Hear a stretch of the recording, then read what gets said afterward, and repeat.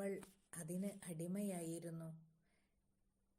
ശരിക്കും പറഞ്ഞാൽ എത്ര തന്നെ സുഖിച്ചാലും മതിവരാത്തവൾ അന്ന് ഫോൺ വീഡിയോ ഒക്കെ കണ്ട് കളിക്കാൻ പാകത്തിനായി സ്വന്തം മുറിയിലെത്തി.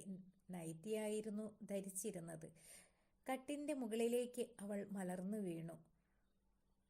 തൻ്റെ അടുത്തുണ്ടായിരുന്ന ഭാഗമൊത്ത മാമ്പഴങ്ങളൊക്കെ ഒന്ന് തൊട്ടും തലോടിയും അവൾ ഇരുന്നു. അങ്ങനെയിരുന്ന് സുഖത്തിന്റെ പടവുകൾ മെല്ലെ കയറി തുടങ്ങിയ ആ സമയത്താണോ അവൾ ആ ശബ്ദം കേട്ടത്. രേഷ്മേ, എടി രേഷ്മേ. അവൾ കട്ടിലിൽ നിന്ന് എഴുന്നേറ്റു. അവൾ പതുക്കെ വിളി കേട്ട ഭാഗത്തേക്ക് ജനൽ ഗ്ലാസിലൂടെ നോക്കി. അത് ആനിയായിരുന്നു, അവളുടെ കൂട്ടുകാരി.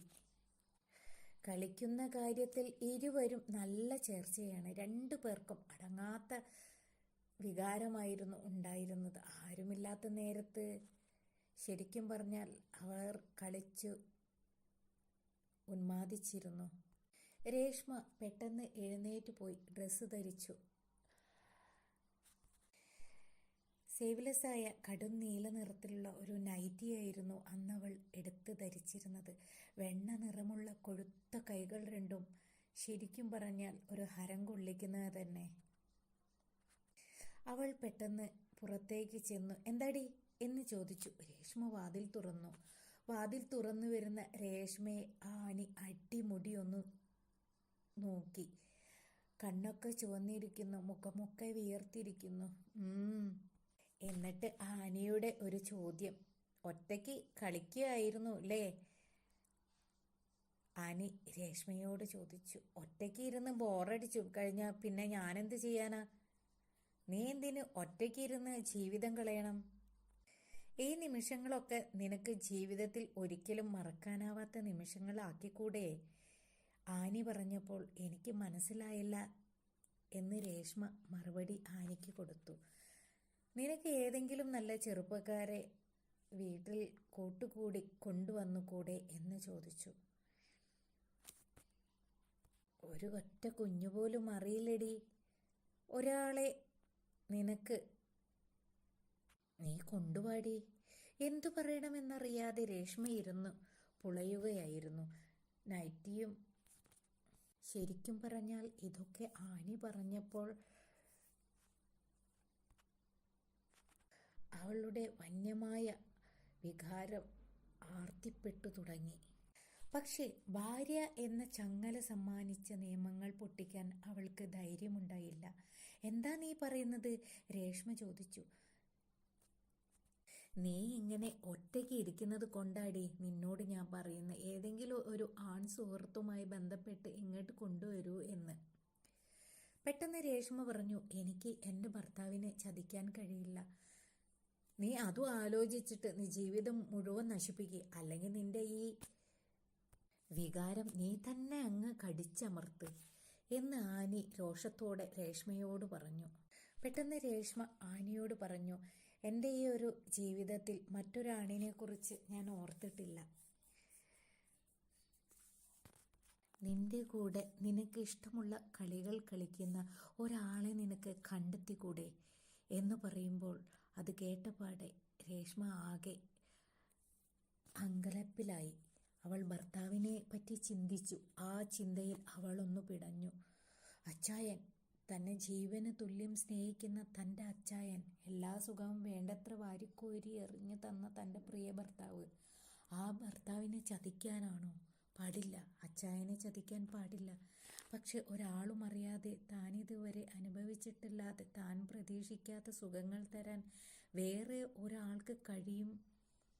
എന്ത് വൃത്തികേട് ചെയ്യിപ്പിക്കാനും തനിക്ക് ആ സമയത്ത് കഴിയുകയും ചെയ്യും. വേണമെങ്കിൽ അയാളെ കൊണ്ട് തനിക്ക് ഏറ്റവും ഇഷ്ടപ്പെട്ട ആഗ്രഹമുള്ള കളികൾ കളിപ്പിക്കാമെന്നും അവൾ മനസ്സിൽ കരുതി.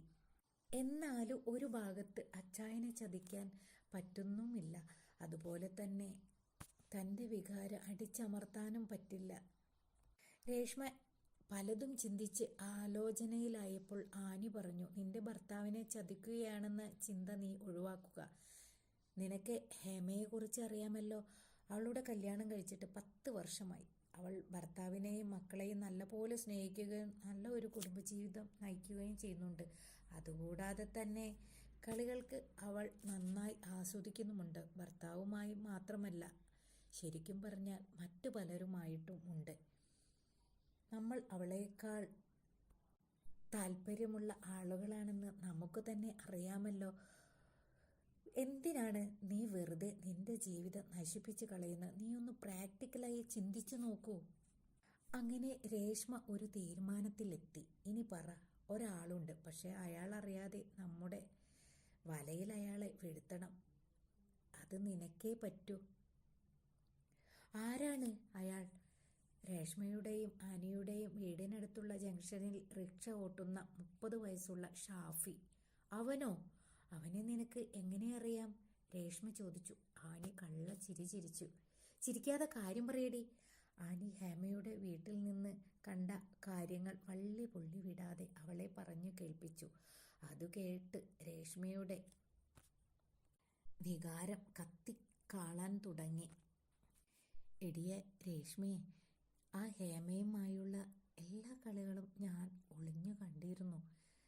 നമ്മൾക്ക് ആവശ്യമുള്ള കാര്യങ്ങളെല്ലാം അവൻ ചെയ്തു തരും, ഉറപ്പാണ്. രേഷ്മയുടെ ഇതെല്ലാം കേട്ട് രേഷ്മയുടെ ദേഹം പെരുത്ത് കയറി.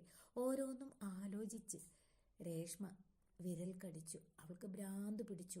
ഇങ്ങനെയൊക്കെ ചെയ്യുമോ? എല്ലായിടത്തും പറഞ്ഞിട്ടെന്താ കാര്യം? അവൾ മനസ്സിലോർത്തു. പൂന്തോട്ടത്തിലെ പൂ നുണയുന്നവൻ. പെട്ടെന്ന് ആനി പറഞ്ഞു, അവൻ മിടുക്കനാണ് മോളെ. നമ്മുടെ ആവശ്യത്തിന് അവനാ നല്ലത്. ആരും അറിയില്ല എൻ്റെ പെണ്ണെ. അയാൾ കളിച്ചു കളിച്ചു നമ്മോടൊപ്പം സുഖം തരും. രേഷ്മ പാതി മനസ്സോടെ സമ്മതിച്ചു. ശരി, നമുക്ക് അവനെ വളയ്ക്കാം. പക്ഷെ ഞാൻ ഷാഫിയെ വളച്ചെടുത്തോളാം. ഓക്കെ ഓക്കെ എന്ന് ആനി പറഞ്ഞു.